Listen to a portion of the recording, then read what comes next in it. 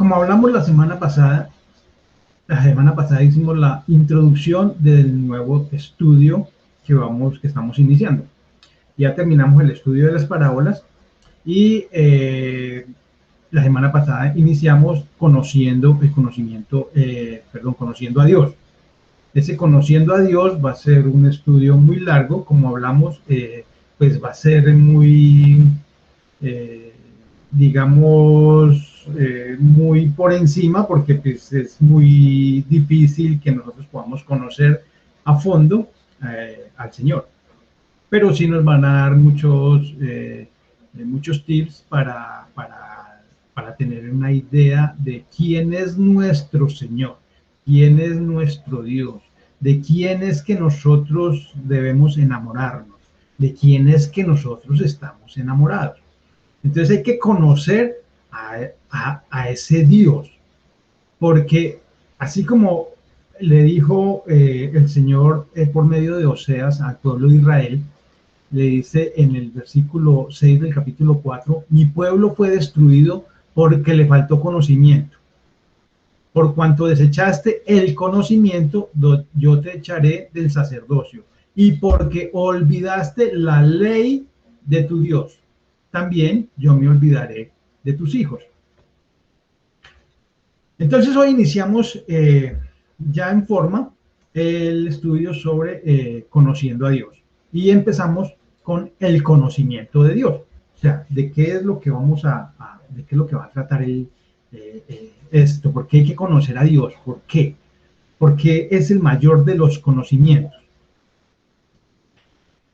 Pero para empezar, yo quiero, para tener un buen inicio, para tener un buen arranque en este ciclo, hay que tener, debemos recordar primero la parábola del sembrador. ¿Se acuerdan? Que la estudiamos en el estudio de las parábolas. Y disponer nuestro corazón como un terreno muy fértil en donde pueda germinar la semilla que el Señor ponga en nosotros. Recordemos que hay 4 clases de terrenos.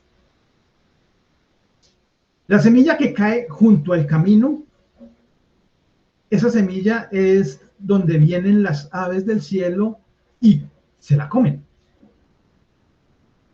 El segundo terreno es el terreno que es piedras o en medio de pedregales cae la semilla, donde esa semilla no tenía mucha tierra. Brotó pronto, pero no tenía profundidad de tierra. Pero saliendo el sol, se quemó, porque no tenía raíz y se secó. Luego encontramos otro terreno que es la parte de la semilla que cae entre espinos. Y los espinos crecieron y ahogaron esa semilla. Por consiguiente, no dio fruto. Pero hay un cuarto terreno donde la semilla cae y cae en buena tierra. Y esa semilla dio fruto, pues brotó y creció y produjo fruto al 30, al 60 o al 100 por 1. Para que nosotros podamos tener un buen arranque, digámoslo así, un buen conocimiento, para que la palabra del Señor pueda caer, pueda tener fruto en cada uno de nosotros, pues nosotros tenemos que identificarnos con cada uno de estos terrenos. O sea, ¿cuál es mi terreno? ¿Cuál soy yo? Nosotros pudiéramos pensar, no, pues claro, yo soy esa buena tierra, donde la semilla cae y da fruto, ¿cierto? Todos pensaríamos lo mismo, ¿cierto? Pero de pronto podemos decir después de un tiempo, no, es que a mí lo que me tocó fue ese terreno de entre espinos.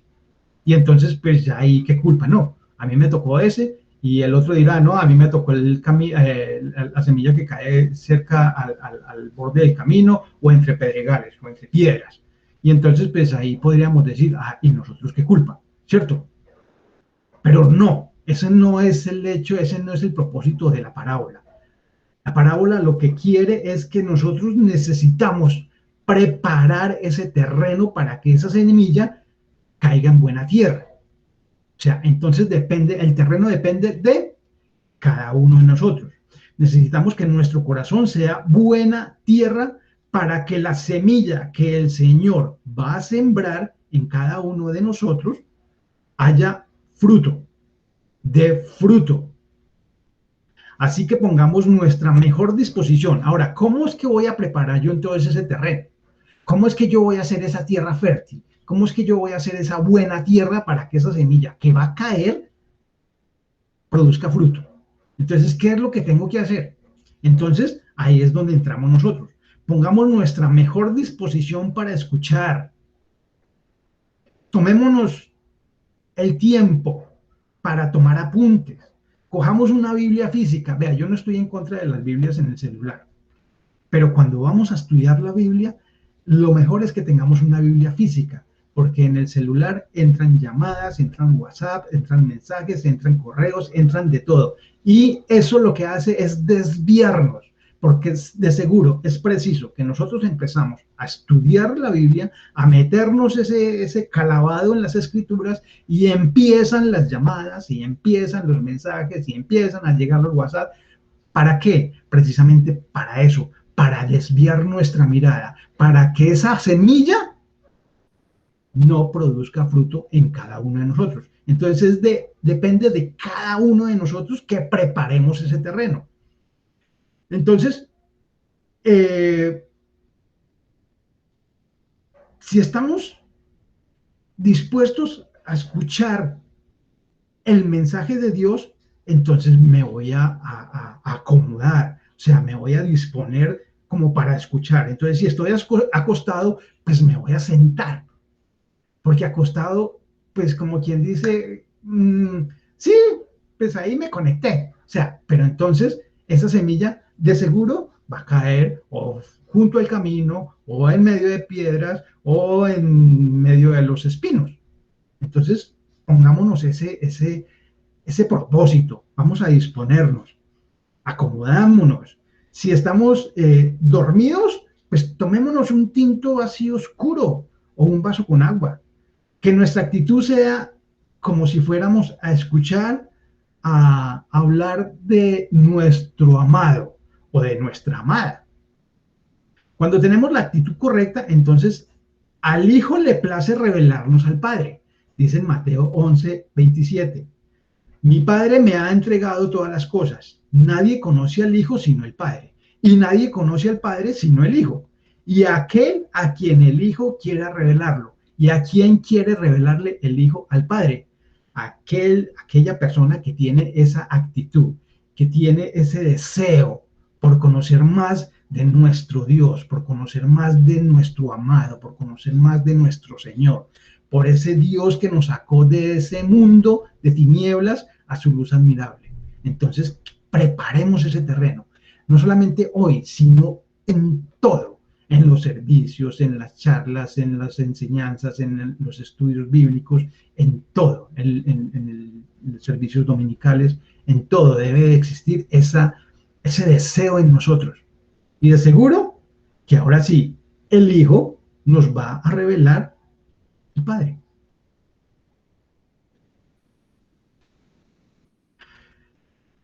¿Dónde debería de comenzar un creyente su estudio del cristianismo?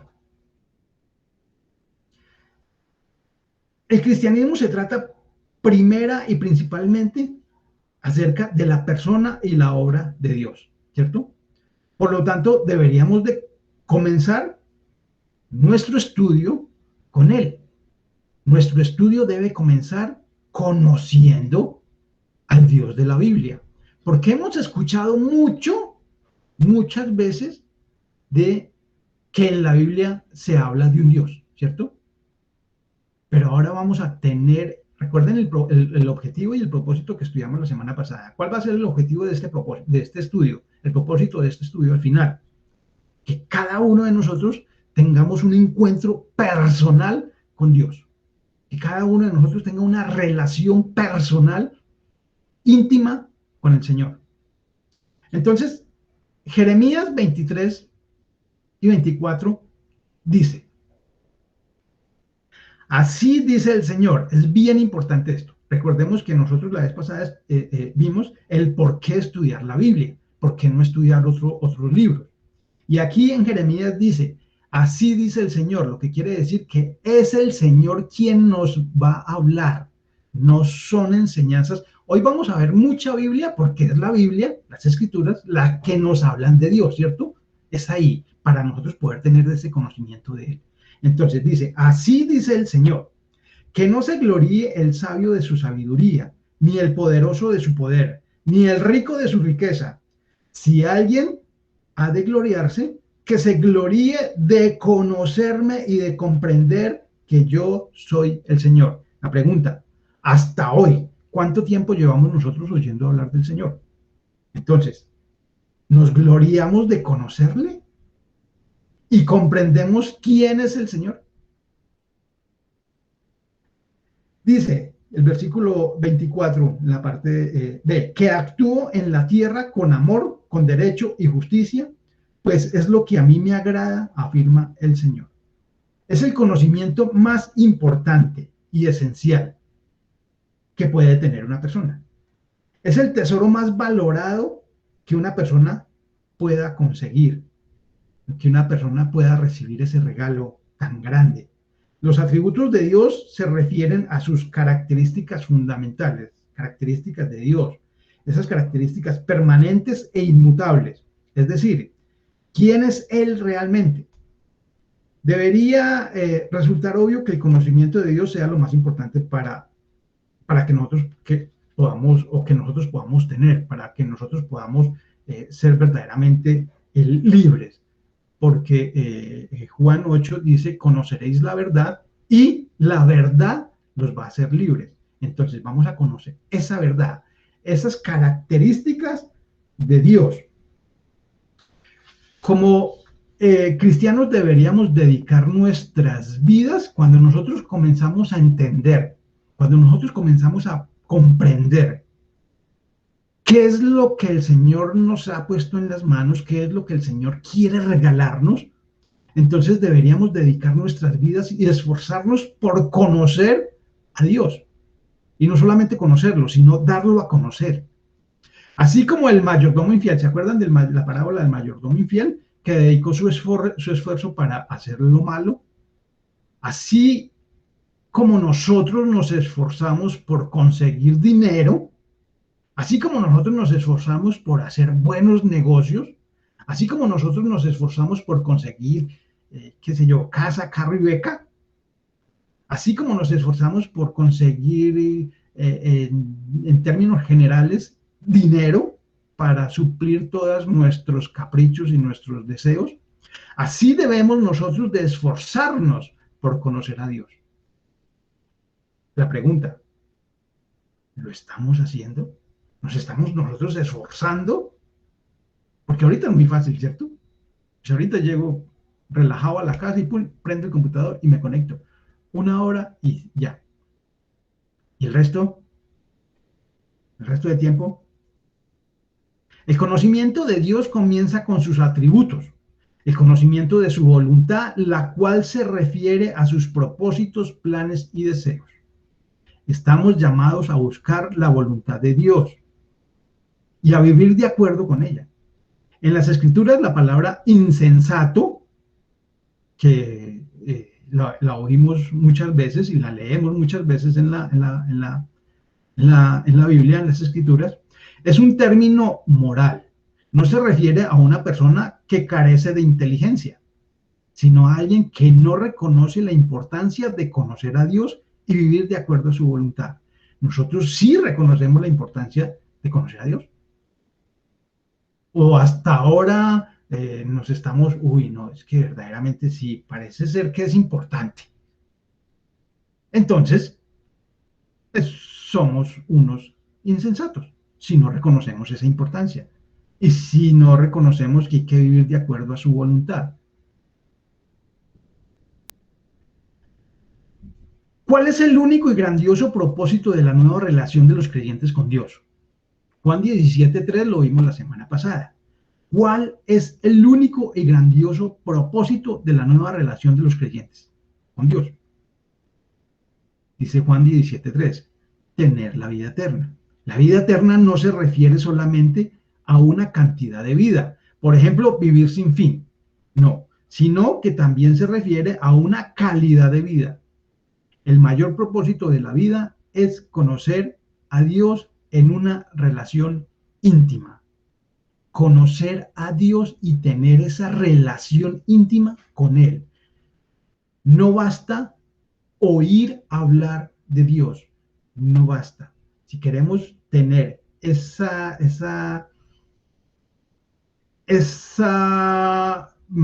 cualidad, esa cantidad de vida, ese propósito que es que tener la vida eterna, entonces debemos de tener esa relación con Él. Es el mayor propósito de la vida de un cristiano, de la vida de un cristiano. Ahora, ¿qué beneficios nos va a traer conocer a Dios? ¿Cuáles son los beneficios de conocer a Dios? Pues los beneficios son innumerables, ¿cierto? Son infinitos, pero vamos a hablar de 4 en especial, que son, 1, sabiduría y discernimiento. Vamos a tener, cuando empezamos a conocer a Dios, vamos a empezar a tener sabiduría y discernimiento. Proverbios 9, versículo 10 dice, el comienzo de la sabiduría es el temor de Dios. Es el temor del Señor. Conocer al santo es tener discernimiento, sabiduría y discernimiento. Ahora, entonces, ¿qué es el temor de Dios? ¿Qué es el temor del Señor? ¿Y qué es tener discernimiento? Porque, sí, yo sabiduría. Y entonces pensamos que la sabiduría es aprendernos la Biblia. Y entonces nos aprendemos los versículos desde Génesis hasta Apocalipsis y nos aprendemos la Biblia. Aprendemos toda la Biblia. Y entonces llamamos sabiduría a eso. ¿Qué es tener el temor del Señor? De acuerdo al comienzo de la sabiduría. Es el principio de la sabiduría. El temor al Señor. El temor al Señor no es temerle como si fuera nuestro papá regañón, nuestro padre que viene con la correa a darnos duro. Temor del Señor no es que ahí viene con un palo el Señor y nos va a dar un rejo y nos va a dar un garrote. Y entonces yo sí tengo temor del Señor porque a mí me da susto, me da miedo. O sea, no, ese no es el temor del Señor. Eso no es lo que la Biblia quiere enseñar. El temor del Señor es ese temor que debe de haber en cada uno de nosotros por despreciar a Dios. Ese temor por ofender a Dios. Ese temor de nosotros por el pecado. Ese debe de existir en nosotros. Pero ¿cuándo pasa eso? Cuando nosotros empezamos a conocer al Señor. Eso va a ser sabiduría en cada uno de nosotros. Y ahora, ¿qué es tener discernimiento? Entonces el discernimiento es que empezamos a conocer a Dios y el Señor empieza a revelarnos qué es bueno y qué es malo. Qué es lo que nos aprovecha y qué no es lo que nos aprovecha. Qué es de provecho para nosotros para seguir conociendo al Señor, qué es lo que el Señor nos muestra, por dónde es el camino y cuál es el que debemos ir desechando.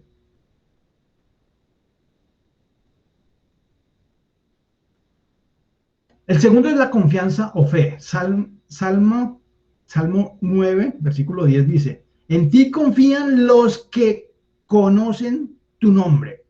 En ti confían los que te conocen. Porque tú, Señor, jamás abandonas a los que te buscan. Cuanto más conocemos de Él, o sea, su carácter perfecto y poder ilimitado, más podremos creer y confiar en Él en cada aspecto de nuestras vidas. Mira, hermanos, es literal. Nosotros empezamos a conocer quién es Dios y automáticamente nuestra confianza y nuestra fe aumentan y nos vamos abandonando literalmente en sus brazos. La tercera es la fortaleza espiritual. Conocer a Dios nos da esa fortaleza. Vivir la vida cristiana requiere un esfuerzo que está más allá de nuestras propias fuerzas. Eso es cierto. Vivir esa vida cristiana, hemos oído que a muchas personas que dicen, no, es que ser cristiano es muy duro. Es que vivir una vida cristiana es muy duro. Eso es pa' machos. Eso es que hay que... Y la verdad es que sí y no. Vivir la vida cristiana requiere un esfuerzo más allá de nuestras propias fuerzas, de nuestras fuerzas. Por eso es que necesitamos del Señor. Porque recordemos, Gálatas 2:20, ya no vivo yo, es Cristo que vive en mí. Ahora es Cristo viviendo en mí que me va a dar esas fuerzas, esa fortaleza para vivir una vida cristiana y adorar a Dios como Él dice que hay que adorarlo. Mientras más conozcamos a Dios, seremos más fuertes espiritualmente. Romanos 8, versículos 34 al 39 dice, ¿quién condenará? Cristo Jesús es el que murió e incluso resucitó y está a la derecha de Dios e intercede por nosotros. ¿Quién nos separará del amor de Cristo? La tribulación o la angustia o la persecución, el hambre, la indigencia, el peligro o la violencia. Así está escrito. Por tu causa siempre nos llevan a la muerte. Nos tratan como a ovejas para el matadero. Sin embargo, en todo esto somos más que vencedores por medio de aquel que nos amó. ¿Quién? Pues Cristo. Pues estoy convencido, versículo 38, pues estoy convencido de que ni la muerte, ni la vida, ni los ángeles, ni los demonios, ni lo presente, ni lo porvenir, ni los poderes, ni lo alto, ni lo profundo, ni cosa alguna en toda la creación podrá apartarnos del amor de Dios. Podrá apartarnos de ese amor que Dios nos ha manifestado en Cristo Jesús nuestro Señor. Dice Romanos 34, Romanos 8, versículos 34 al 39. ¿Quién nos va a poder separar de ese amor? Nadie, nadie. Fortaleza en el Señor. Pero ¿cuándo sucede eso? Cuando nosotros empezamos a conocer a Dios. Luego otro de los beneficios es la perseverancia. Segunda de Timoteo 1, versículo 12 dice, por ese motivo padezco estos sufrimientos. ¿Por quién? Por Cristo. Pero no me avergüenzo porque sé en quién he creído. ¿Nosotros sabemos en quién hemos creído? ¿Por qué hay ocasiones que sentimos desfallecer? ¿Por qué hay ocasiones en que sentimos que no voy a ser capaz, voy a tirar la toalla? Inclusive lo pensamos. No, como hablamos ahorita. No, es que esto es muy duro. Es que la vida cristiana es muy dura. Porque nos han invitado a cumplir, a pertenecer a una institución donde se cumplen un mundo de requisitos, donde se cumplen un mundo de estatutos, donde se cumplen un mundo de reglas. Y entonces empiezan que tiene que hacer esto. Y lo que usted tiene que es obligación, esto. Pero está prohibido hacer esto. O sea, como si fueran un código de conducta. Y estamos llamados es a conocer a Dios. ¿Para qué? Para que no nos perdamos. Mi pueblo se ha perdido. Mi pueblo se ha transformado. O sea, mi pueblo ha sufrido esa transgresión. Mi pueblo se ha perdido. ¿Por qué? Por no conocerlo.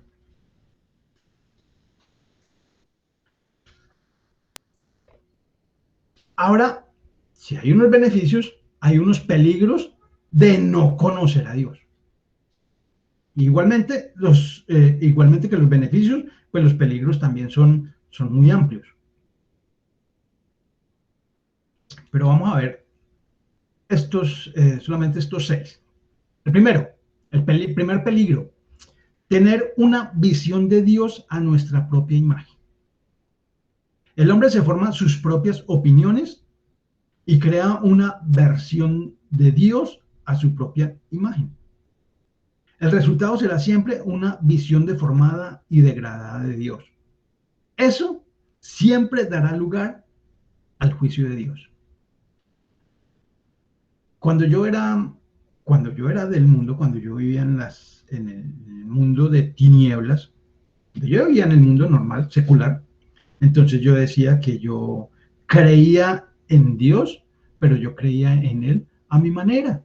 Así que respétame mis creencias y yo te respeto las tuyas. No te metas con las mías, yo no me meto con las tuyas y vivimos en paz. Tenía una versión de Dios a mi imaginación. Yo vería qué hacía.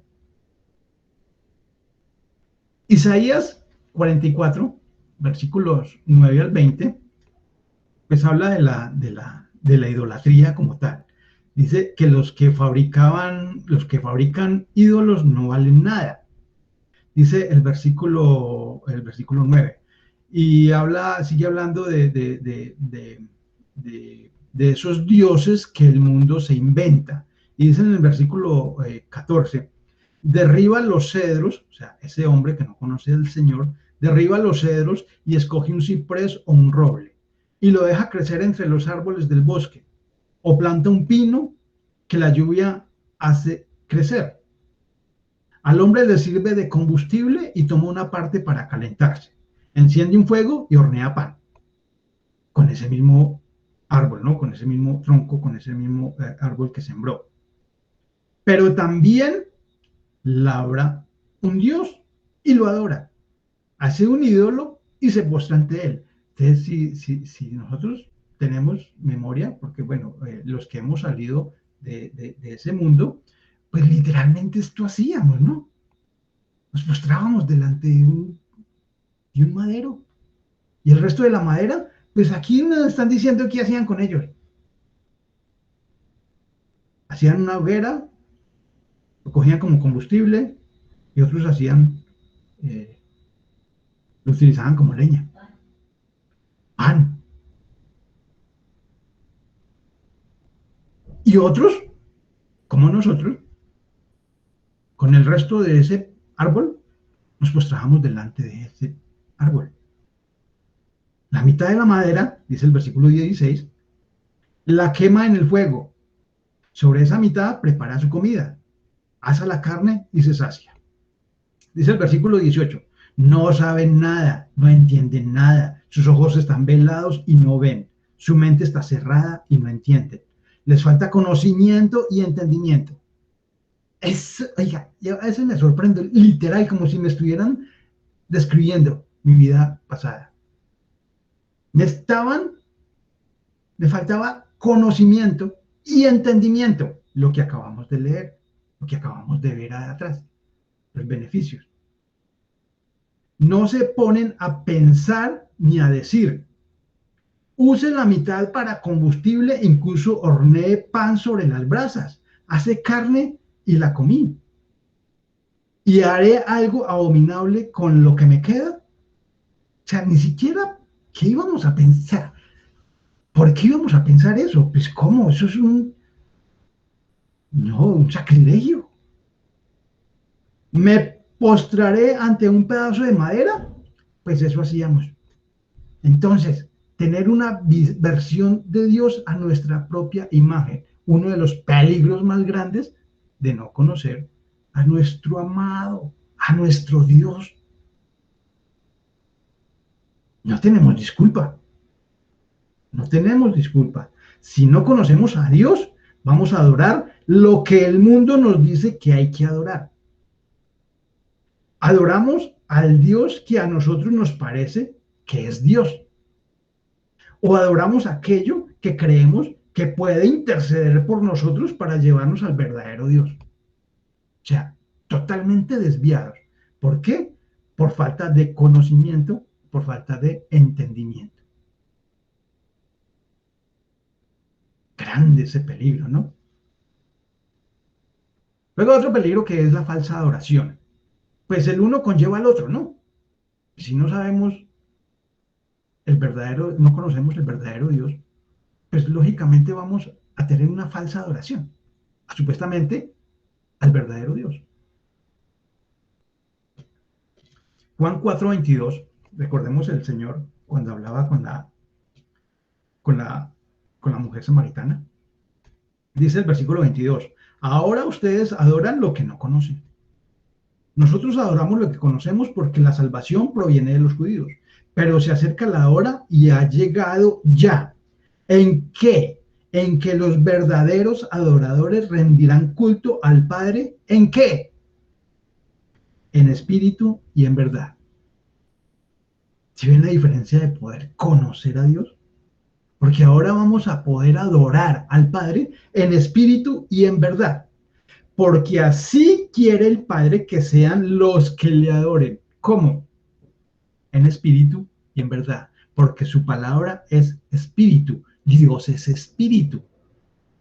Y así es que el Padre quiere que nosotros le adoremos. ¿Dónde vamos a conocer eso? Solamente en las Escrituras. Por eso es tan importante conocer de Dios. Una falsa adoración terminará en muerte y destrucción, como le sucedió a los hijos de Aarón. ¿Recordamos? En Levítico 10, que lo vimos en reunión de familias. Levítico 10, que los hijos de Aarón, Nadab y Abiú, llevaron incienso extraño delante del Señor y murieron. Los consumió la presencia del Señor, porque de la presencia del Señor salió fuego y fueron consumidos y murieron inmediatamente. Ahora la tercera parte es la incredulidad o falta de confianza. Pues si no lo conocemos, menos vamos a confiar en él, ¿no? Pues es como lógico. Romanos 10, versículo 14 dice, ahora bien, ¿cómo invocarán a aquel en quien no han creído? ¿Cómo lo van a invocar? O sea, es que es hasta ilógico, ¿no? Lo que pasa es que nosotros, como no tenemos ese entendimiento, pues ni siquiera lo pensamos. ¿Cómo invocarán a aquel a quien no han creído? ¿Y cómo creerán en aquel de quien no han oído? ¿De quien no nos han enseñado? ¿Y cómo oirán si no hay quien les predique? Ahora nosotros, como hablamos al principio, conocer a Dios e ir y predicar ese Dios que nosotros ya empezamos a conocer, que nosotros ahora conocemos. Decirle al mundo cuáles son sus maravillas, cuáles son todas las virtudes que tiene mi amado. Recordemos la clase pasada, en Cantares. ¿Y quién es tu amado más que otro amado o mujer o ella entre las bellas? ¿Quién es tu Dios más que otro Dios? No, no, no, no, no, no, no, no, no se equivoquen, decía esta mujer. No nos equivoquemos. ¿Quién es nuestro Dios? Nuestro Dios es grande, es poderoso, es Rey de reyes, Señor de señores. Es nuestro Dios, es nuestro amado. Hebreos 11, versículo 6 dice, en realidad, sin fe es imposible agradar a Dios, ya que cualquiera que se acerca a Dios tiene que creer que Él existe y que recompensa a quienes lo buscan. No se tiene fe solo porque se dice con la boca. Si no se conoce a Dios, será imposible tener fe en Él. Solemos decir, tenga fe y verá. Oh, es que lo que le faltó fue fe. No, voy a tener eso por fe. O decimos, confiéselo por fe. Por fe voy a estar en este negocio y me va a ir bien. Por fe es que voy a tener esta relación con Pepito Pérez o con Pepita Pérez. No conocen del Señor, pero por fe yo sé que el Señor la va a convertir. Por fe, no conocemos las virtudes de aquel que nos ha sacado de las tinieblas. ¿Cómo puede alguien creer en el Dios del cual no ha creído? Esto aplica no solo a la fe pecador que conduce a la salvación, sino también a la fe o confianza del creyente en Dios que es necesario para vivir la vida cristiana. Leímos en el Salmo 9:10. En ti confían los que conocen tu nombre. Hay que conocer a Dios para poder tener esa confianza. Cuarto peligro, una actitud indiferente o apática hacia el pecado. Esto sí que es bien importante. O sea, bien importante. Primera de Corintios 15, versículos 33 y 34 dice, no se dejen engañar. Las malas compañías corrompen las buenas costumbres. Vuelvan a su sano juicio, como conviene, y dejen de pecar. En efecto, hay algunos de ustedes que no tienen conocimiento de Dios. Para vergüenza de ustedes lo digo. Hay algunos de ustedes que no tienen conocimiento de Dios, dice Pablo a los Corintios. No tener conocimiento de Dios, pues nos va a llevar a que no vamos a poder dejar el pecado. Es más, no lo vamos a dejar. ¿Por qué? ¿Cuál sería el motivo de dejar nuestro pecado? Pues uno no lo conocemos, porque pues, lo que dice el mundo a nosotros para nosotros es verdad. Si, por decir algo, si como ejemplo, si yo soy un contador de una empresa y entonces el jefe me dice, no, pues es que hágale aquí para que no paguemos tantos impuestos y tal, y yo puedo pensar, no, pues si todo el mundo lo hace, ¿yo por qué no? Entonces, o sea, falta de conocimiento de Dios. Ese pecado que habita en mí, porque recuerde que nosotros éramos, cuando estábamos en el mundo, esclavos del pecado. Sí, yo ahora no conozco del Señor, pero asisto a una iglesia y practico un pecado, es lo mismo que no conocer a Dios. Cuando yo empiezo a conocer a Dios, ya el pecado tiene que salir de mí. El pecado lo tengo que aborrecer, porque fue mi amado quien murió por mis pecados. ¿Cómo voy a seguir pecando? ¿Sabe que así le voy a, como si le rechazara, como si lo alejara de mí?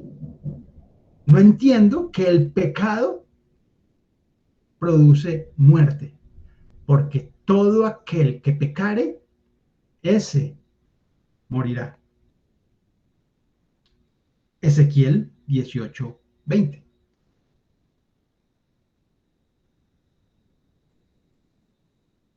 El quinto peligro es vivir sin ley. Se refiere a la condición de vivir fuera de la ley. Pues si no conocemos a Dios, pues miremos el mundo como está. Queremos vivir sin ley, queremos vivir en un mundo de anarquía, queremos mandarnos nosotros mismos. Entonces tú no te metas conmigo, yo no me meto contigo y vivimos felices. O sea, no hay problema. Proverbios 29:18 dice, donde no hay un buen gobernante, el pueblo no sabe qué hacer. Pero Dios bendice a los que obedecen su ley. Dios bendice a los que obedecen su ley. Donde hay ignorancia de la naturaleza y ley de Dios, la gente se desenfrena. Cuando nosotros no conocemos del Señor, cuando nosotros no conocíamos del Señor, digamos que todavía, que ya lo conocemos, pero cuando nosotros no conocíamos del Señor, pues nuestras vidas eran una vida de desenfreno, ¿no? Eso había que alcohol, borracheras, rumba, mujeres, o sea, era un desenfreno, un desenfreno. ¿Que eso a dónde iba a llevar? ¿A dónde nos iba a llevar? Pues a la muerte. Nos llevaba lejos del Señor. Pero miremos que cuando nosotros empezamos a conocer de Dios, todas esas cosas empiezan a salir de nuestras vidas.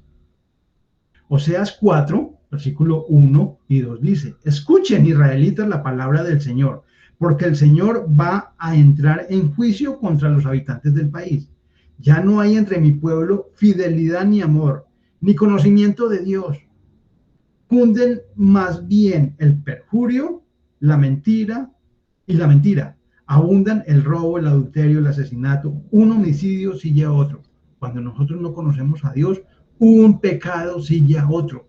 Y no pasa nada. En nuestras vidas no pasa nada. Ni siquiera dimensionamos que, como hablábamos aquí cuando nos reunimos presencialmente, ahora que aprovecho que Sandra está por ahí, que Sandra fue íbamos, la idea, íbamos en la buseta equivocada, íbamos en esa buseta que iba para la paila mocha, como decía Sandra. Pero ahora conocemos al Señor y entonces ya nos bajamos de esa buseta y nos montamos en la que es. El Señor reprende a la nación de Israel por su desconocimiento de Dios y describe la clase de desenfreno que siempre acompaña o es el resultado de dicho desconocimiento. Mientras más rechazamos el conocimiento de Dios, más desenfrenados e inmorales nos volvemos. Es literal, es literal. Nosotros nos apartamos un poco del Señor, nosotros dejamos de leer la Biblia, nosotros dejamos de estudiar, nosotros dejamos de congregarnos, nosotros dejamos y inmediatamente empezamos a desenfrenarnos inmoralmente y en pecado. O sea, eso es verdad. Eso es literal. Siempre, siempre pasa.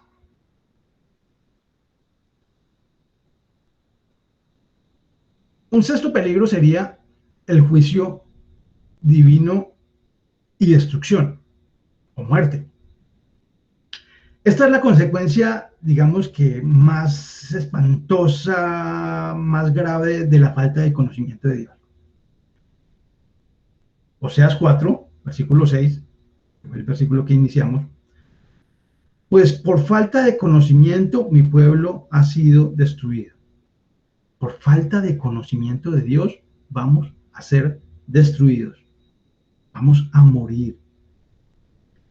Dice, puesto que rechazaste el conocimiento, yo también te rechazo como mi sacerdote. Ya que te olvidaste de la ley de tu Dios, yo también me olvidaré de tus hijos. Perdidos, muertos, destrucción, juicio divino. Y si la Biblia lo dice, yo lo creo. Conocer a Dios nos enamora, de verdad. Pero recordemos, debemos de tener ese terreno abonado, ese terreno preparado para que todas estas semillas que el Señor empieza a sembrar en cada uno de nosotros empiece a dar fruto. ¿De quién depende? De ti y de mí. Escuchemos, escudriñemos, esculquemos las escrituras. Si le amamos, le vamos a obedecer. Por eso es que estamos estudiando conociendo a Dios, porque mi pueblo fue destruido porque le faltó conocimiento. Ahora que a nosotros no nos falte ese conocimiento. Oremos. Padre bueno, gracias Señor. Gracias por tu bondad, gracias por tu misericordia, gracias Señor porque eres tú hablando a cada uno de nosotros.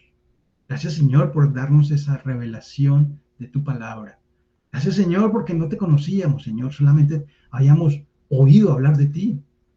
Simplemente habíamos oído hablar de un Dios que hay en la Biblia. Pero ahora empezamos a conocerte Señor. Ahora empezamos a tener esa relación contigo.